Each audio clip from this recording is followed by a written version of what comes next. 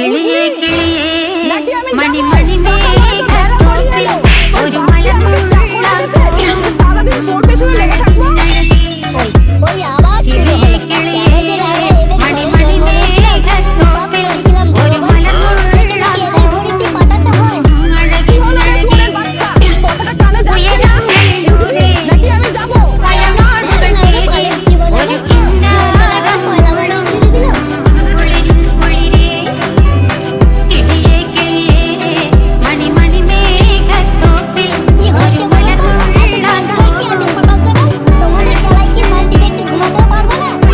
রাজার বেটা নাকি যে পড়ে পড়ে ঘুমাবি বেলা পর্যন্ত? অত কথা না বাড়িয়ে বলো কি করতে হবে। এই রে ধর, বাজার যা। তোর ছোট মাসি আজকে আসবে। আমি বাজার যেতে পারবো না, আজ বাবাকে পাঠাও। কি বললি? বাজার যাবি না তো ঘরে বসে বসে গিলবি? রান্না করে খাবি, আমি কাউকে রেঁধে খাওয়াতে পারবো না। আচ্ছা আচ্ছা ঠিক আছে, কি কি নিয়ে আসতে হবে বলো। এই নে 500 টাকা, রুই মাছের মাথা আর নোটে শাক আনবি। রুই মাছের মাথা দিয়ে নোটে শাক খুব পছন্দ করে তোর মাসি। আর ওই 500 খাসির মাংস নিয়ে আসবি। বাকি টাকা একদম খরচ করবি না, ফেরত নিয়ে আসবি, বুঝলি?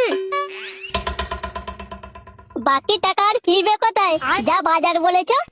যাই ফিরুক না কেন, তুই সেটাই ফেরত আনবি। মদনের ঘরের পাশ দিয়ে একদম যাবি না, অন্য রাস্তা দিয়ে যাবি। আজকালকার পাড়ার বউগুলোর একটা তো শখ মেটে না, যত সব নচ্ছার বউ মানুষগুলো। কি বলছো বলো তো? কিছু না, তুই তাড়াতাড়ি বাজার করে বাড়ি ফিরবি। আর 1 টাকাও এইধার ওইধার করবি না, তাড়াতাড়ি আসবি কিন্তু। লাউডা আমার হয়েছে যত জ্বালা। সকাল সকাল ঘুম থেকে ওঠো, বাজার করো, স্কুলে যাও, রাতে পড়তে বসো, লাউডা করো, বালের জীবন আমার।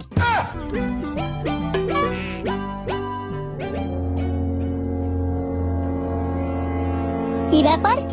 নাড়ু ফটকে কঙ্কাল মনে হচ্ছে না? হ্যাঁ হ্যাঁ ওরাই তো। কড়া চোদাগুলো ওখানে বসে কি করছে? নিশ্চয়ই ল্যাওড়া গুলো বসে বসে বাংলা খাচ্ছে। এই নাড়ু ফটকে কঙ্কাল, ওখানে বসে বসে কি করছিস? এই লাউড়া শান্তির ছেলে দেখে ফেলেছে রে।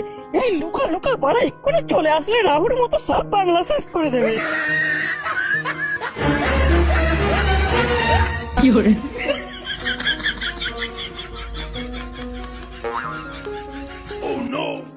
তিনজনে আছে মানে ল্যাওড়া বাংলা ছাড়া ওরা কিছুই খাবে না। আমাকে না ডেকে তোরা বাংলা খাচ্ছিস? দাঁড়া যাচ্ছি ওরা।